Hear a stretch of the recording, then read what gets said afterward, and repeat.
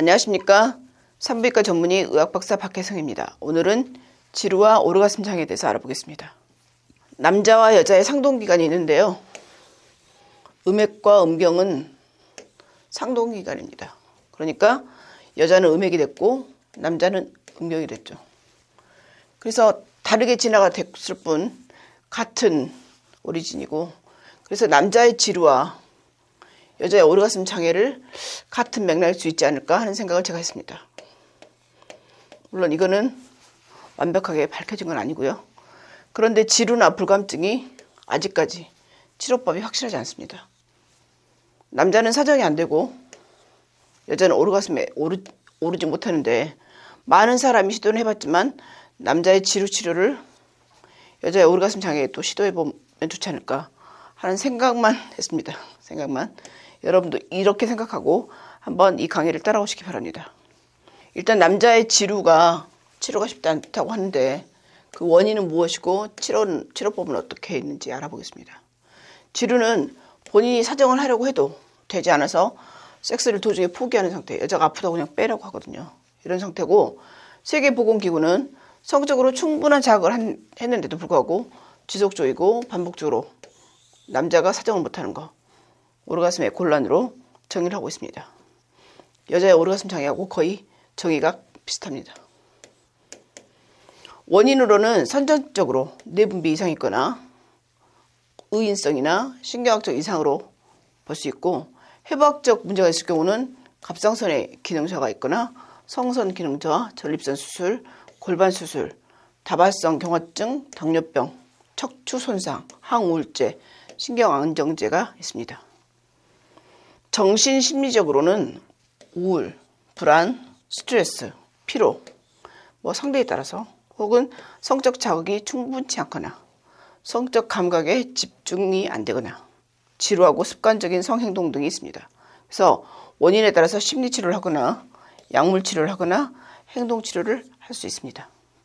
지루의 성치료에 대해서 알아보겠습니다. 일단은 사정이 안 될까봐 또 불안할 수 있는데, 이 불안감을 파악해서 해소를 하고, 성행위를 하는 동안 산만한 것을 없애고, 성행위를 하거나 성기 자극에 집중할 수 있도록 하고, 자위를 자주 하는 것도 여기는 좋지 않고요. 필요에 따라서 교감신경 흥분제를 사용하기도 합니다. 중추신경계의 신경 신호 전달은 특히 세로토닌, 도파민, 노아에피네프린이 있는데, 이 세로토닌 시스템이 활성화되면 성적 기능에 부정적인 영향을 끼치고, 도파민과 노아에피네프린은 성적 욕구와 성적 흥분을 증가시키는 역할을 합니다. 그래서 이 호르몬에 불균형이 있을 경우 사정 조절에 문제가 생길 수 있습니다. 특히 항우울제로 쓰는 것들이 있는데 그 중에 세로토닌 활성을 증가시키는 약이 거의 대부분이거든요. 근데 이게 중추신경계 이 세로토닌을 증가시키는 거예요. 근데 이게 성기능에 부정적인 영향을 미칩니다. 그래서 우울증 약을 먹으면 사정이 안 되거나 불감증일 수 있는데요. 이런 전체 세로토닌 신경계 80%가 뇌가 아니라 말초신경에 존재합니다. 그래서 말초신경의 세로토닌 활성이 증가하면 발기력이 감소하고 질의 윤활이 떨어지고 사정과 오르가슴이 안 되고 생식기관과 주변에 직접적으로 감각을 저하시킵니다. 그래서 이것이 항우울제를 먹는 사람들의 특징일 수도 있고 항우울제 부작용일 수도 있습니다.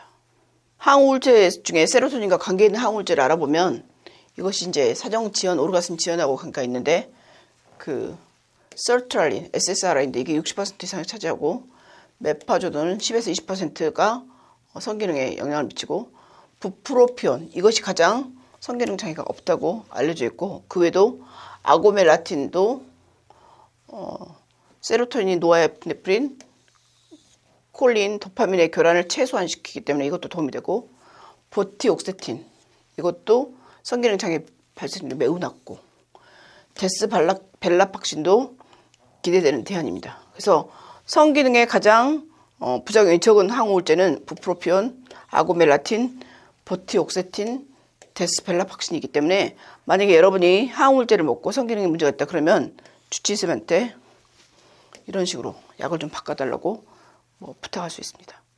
지루증이 계속될 경우 이제 사용할 수 있는 약물이 있는데, 지루증 치료제거죠.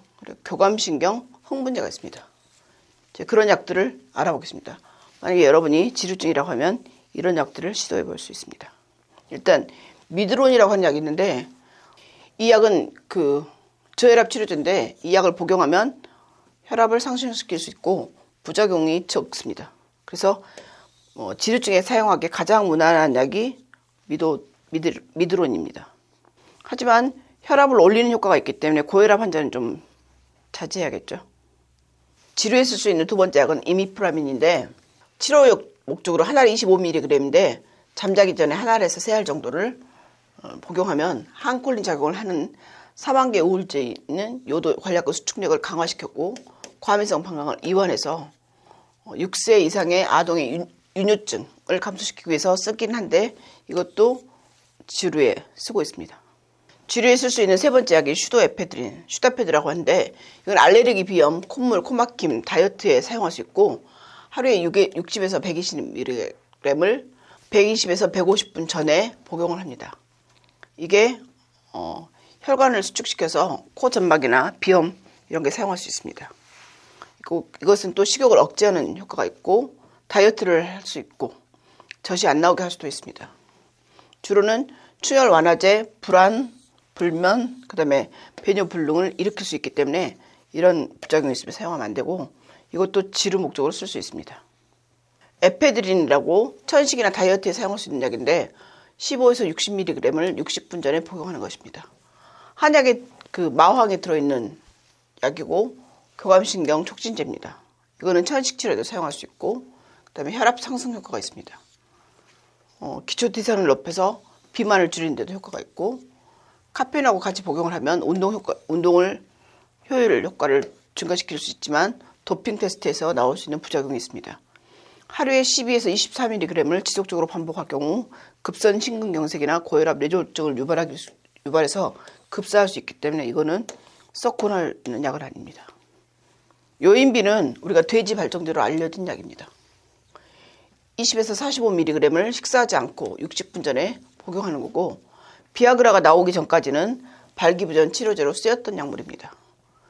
우울증 부작용으로 생긴 성욕 감퇴에도 돼지 발정제 요인비를 쓰기도 합니다. 성기 부근의 혈류를 증가시키기 때문에 성행위를 할 때 남성이나 여성의 성감을 증가시킵니다. 요즘도 암암리에 쓰고 있다는 환자들을 제가 봤는데 한 알에 2.5mg 그리고 아침에 2알, 저녁에 2알 하루에 10mg을 넘으면 안 됩니다. 그러면 이제 집중력도 좋아지고 체지방도 연소하고 성적 능력이 향상되지만 장기간 복용하면 안 되는 약물입니다. 갑자기 혈압을 올리기도 하고 내리기도 하고 심장 박동을 증가시키기도 하고 그래서 위험한 약물이고 식은땀이 나기도 하고 불면증이 오기도 합니다. 요인비는 FDA가 인체 사용을 금지한 약물이어서 돼지 발정제로만 쓰고 있습니다. 근데 이거를 미국의 섹스토이샵에 가면 간간히 팔고 있습니다. 그래서 이거는 해외 직구로 많이 주문하고 논란이 되는 약물이기도 합니다. 그래서 병원에서는 처방을 하지 않습니다. 사이프로헵타딘은 알레르기 완화나 식욕 증진을 위해서 사용하는 약물인데 4 내지 12mg을 90분에서 240분 전에 복용을 하고 1세대 항히스타민이어서 콧물 재채기 이런 알레르기와 관련된 증상을 완화시키고 쿠싱 증후군은 사이프로헵타딘으로 해서 치료가 되는 호르몬 장애입니다. 이건 뇌에서 도파민의 분비를 조절해서 기분이나 불안, 식욕, 성욕을 관장하는 역할을 하고 병적으로 포만감을 빨리 느끼는 사람에게 포만감을 덜 느끼게 해서 영양 공급을 돕는 치료들에도 쓰고 있는 약인데 지루 때도 쓸 수 있습니다.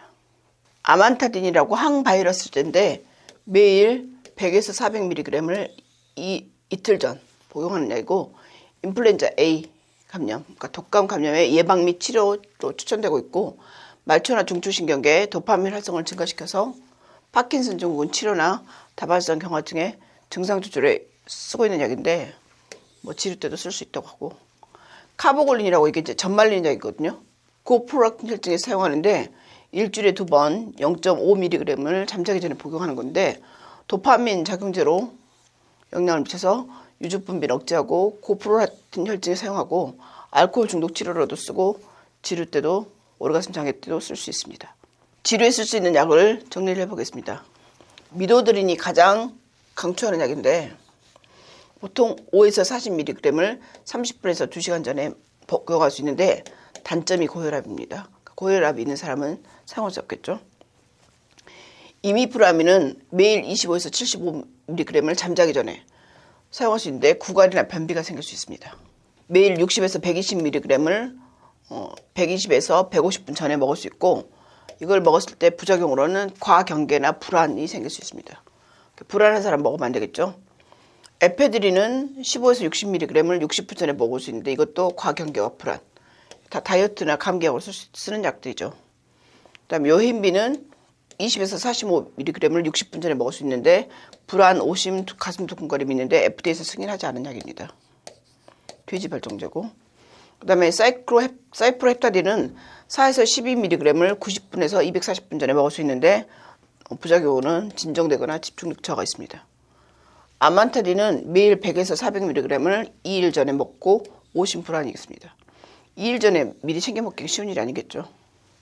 카보골리는 전말림이나 고프롤락틴 혈제에 쓸 수 있는데 일주일에 2번 0.5mg을 잠자기 전에 쓸 수 있고 부작용으로 오심과 전림이 있습니다. 그래서 개인적으로 저는 이 약을 가장 권하고 싶고요. 이미프라민 정도. 그다음에 안 되면 이제 시도를 해볼 수 있는데 어쨌든 주치 있음하고 상의를 해보시기 바랍니다. 아직 제가 산부인과에서 써보진 않았는데 일단은 지루와 오르가슴 장애를 같이 본다고 하면 여성들에게도 써보면 좋지 않을까 하는 생각이 있고 아직 논문에 나와 있지는 않습니다. 여성 불감증의 원인과 치료법에 대해서 알아보겠습니다. 오르가슴 장애라는 것은 흥분은 이루어지는데 절정을 느끼지 못해서 혹은 지연돼서 생기는 경우고 95년에 발표한 미국의 성보고서에 따르면 성관계 때마다 오르가슴에 도달하는 여성이 29%고 나머지는 못 느낀다는 거겠죠. 킨제이 보고서에서 결혼 20년 이상 된 여성의 11%가 오르가슴을 못 느꼈고 남성의 일방적이고 미숙한 성행위가 주로 여성의 성감을 발달시키는 데 실패한 것으로 결론을 내렸습니다. 프로이드, 킨제이, 마스터스 존슨 그리고 헬렌 카플란, 이 사람이 20세기 가장 대표하는 성의학자인데 그중에 네 번째 헬렌 카플란은 여성의 성반응에 대해서 다음과 같은 조사 보고서를 냈습니다.